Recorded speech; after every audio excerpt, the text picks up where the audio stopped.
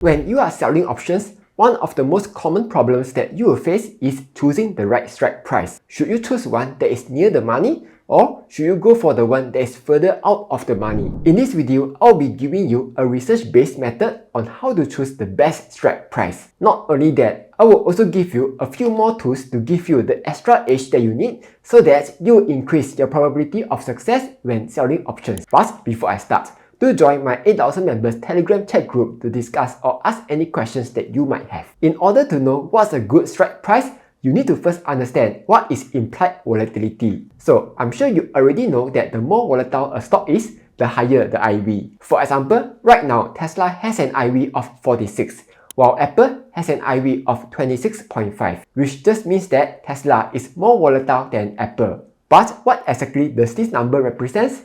As it turns out, however random the stock prices may be, if you plot out the day-to-day movements, they tend to stay within this curve. For example, this chart shows the S&P 500's daily return distribution from 2005 to 2020. Most of the time, the index won't move much for the day. However, there's also a high probability that they will move 1 to 2% in a day. Then, on rare occasions, the index may move more than 6% a day in either directions. This is also true for stocks, which also follow the same curve. Though, you will notice that stocks have a lower probability of staying still, as they tend to move a lot more as compared to ETFs. This curve is also known as the normal distribution curve, where we will have a 68% chance that the stock will stay within the -1 and +1 standard deviation range, and a 95% chance that the stock will stay within the -2 and +2 standard deviation range. But what is this standard deviation thing? And that, my friends, is the implied volatility. Implied volatility is the one standard deviation range of the expected stock price movement in a year. For example, if the stock is $100 now,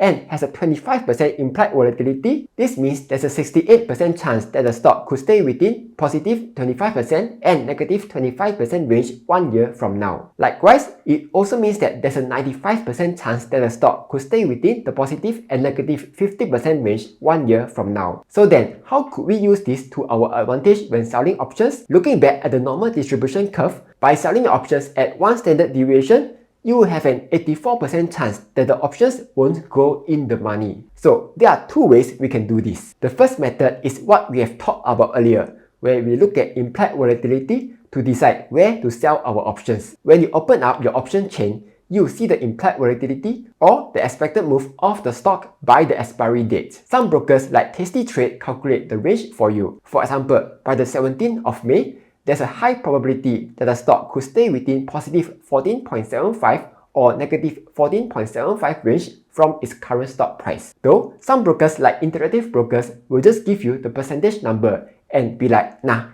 go calculate yourself. So if you are lazy to calculate, like me, if you prefer to use TradingView, you can search for the probability cones indicator. By default, it uses 20 bars from the current date. So you can change the bars back to 0 so that it starts forecasting from the current date. Then change bar forecast to 45 to forecast the expected movement 45 days from today. Then from there, you can look for the best strike price to sell your options. For example, if you want to sell a call option that's expiring on 30th May, you can go for the 190 strike price. This will give you an 84% probability of success. So that's the first method, which looks at the implied volatility. The second method is the 16 delta method. For those who do not know, you can also use delta to estimate the probability that the stock will go in the money. For example, the $195 strike price has a 17 delta, which is very close to the 14% chance that it will go in the money. Or in other words, there's an 86% chance that the option will expire worthless. But among the two methods, which is better? Should you choose a strike price based on the implied volatility method or based on the 16 delta method? So what Tasty Trade did was that they went and analyzed the price movements of S&P 500 from 2005 to 2016 to see which is more accurate. As it turns out, both methods actually overstate the expected range. Because remember, theory suggests that 68% of the time, the stock should stay within the one standard deviation range. But in reality, both methods saw a higher probability that the stock stay within the range, with the implied volatility method seeing an 85% chance and the 16 delta method seeing a 71% chance. However, what sets them apart is that the 16 delta method actually takes into account the skew. For example, in the perfect world, the normal distribution curve should be balanced on both sides. But in reality, the market either tends to go up more or go down more, and that will give us a skewed distribution curve. The 16 delta method will capture this skew because it takes into account the actual price of the call and put options. For example, here we can see that the implied volatility of the put options are higher than the implied volatility of the call options. So if you look at the normal distribution curve of Tesla,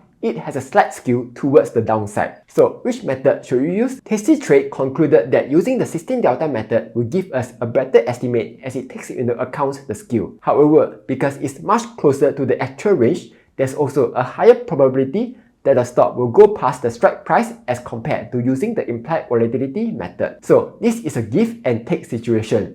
But whichever you choose, just know that both methods are equally valid. But here's a question. Why go for 16 delta? Why not go even lower, like 1 delta to improve your probability of success? For example, we can sell a put at the $115 strike price, which will give us a 95% chance that it will expire out of the money. The reason we don't do this is because the premium that we will get is super low, which may be too low for the risk that we are taking. Like in this example, we will just earn a tiny $26, but in return, we will have to put out a collateral of $11,500. This option expires in 43 days, so if we analyze this, this is an annual return of just 1.9%. You might as well go and park your money in some fixed deposit already, that will give you a better return. So what's the optimum delta you should go for? Here, Tasty Trade did another backtest on SPY, where they look at selling put options at different deltas. They found that selling options at delta between 10 to 30 will give you the highest return on capital per day. So if you combine the 16 delta rule and the findings of this study,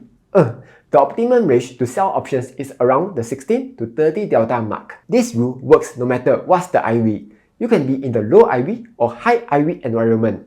What they found was that the average realized move of the stock tends to stay within the average move calculation. But of course, this is not a hard rule, because if you are sure that the stock will move in the other direction, you can actually move your strikes closer to take advantage of the skew. However, what's interesting is that the 16 to 30 delta strategy will only give you an extra edge during certain times. Again, Tasty Trade backtested this by looking at expected versus realized moves over different time frames. What they found was that below the 45 days period, the expected move of the stock is consistently lower than the realized move of the stock. But over a 45 period and above, the expected move was consistently better than the realized move. Here's a visualization to understand what this means. Under a 45 days period, maybe the IV says that the stock will likely stay within this range. So if you follow the IV rule and you sell an option under 45 days to expiry, there's a higher chance that the stock might go out of this range despite the implied volatility saying that it has a low probability of happening. But when you do 45 days or more,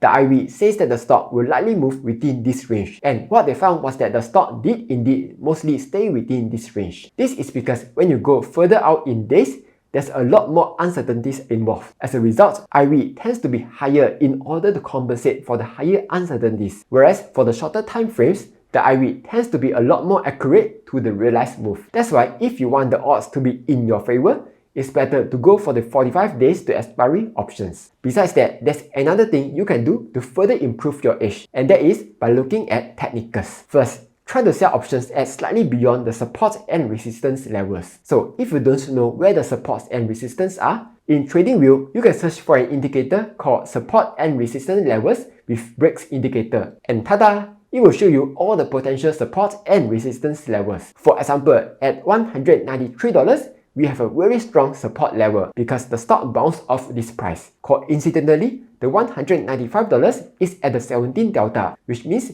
there's an 83% chance that the stock will expire worthless. Also, if I add the 50, 100, and 200 moving average indicator to the chart, we can see that the 100 SMA, or this yellow line here, will also act as a resistance level at around $195. With this, we can say that $195 is a good strike to sell calls at. Not guaranteed, of course, This is all just a probability game. The other indicator you can look at is the relative strength index indicator. This indicator tells you when a stock is oversold or overbought. If the stock is above the 70 level, it is in the overbought territory, and it may reverse down. And if the stock is below the study level, it is in the oversold territory and may reverse up, which is also part of the reason why, despite Tesla reporting such bad news, the stock rallied by so much, because the stock was already oversold in the first place. So the way you will use this indicator is, when the stock is oversold, it's a good time to sell puts and wait for the stock to reverse upwards. And if the stock is overbought, it's a good time to sell calls and wait for the stock to reverse downwards. Okay, if you find all this too hard to do, RBKR gives you an easier way to analyze this. On the website,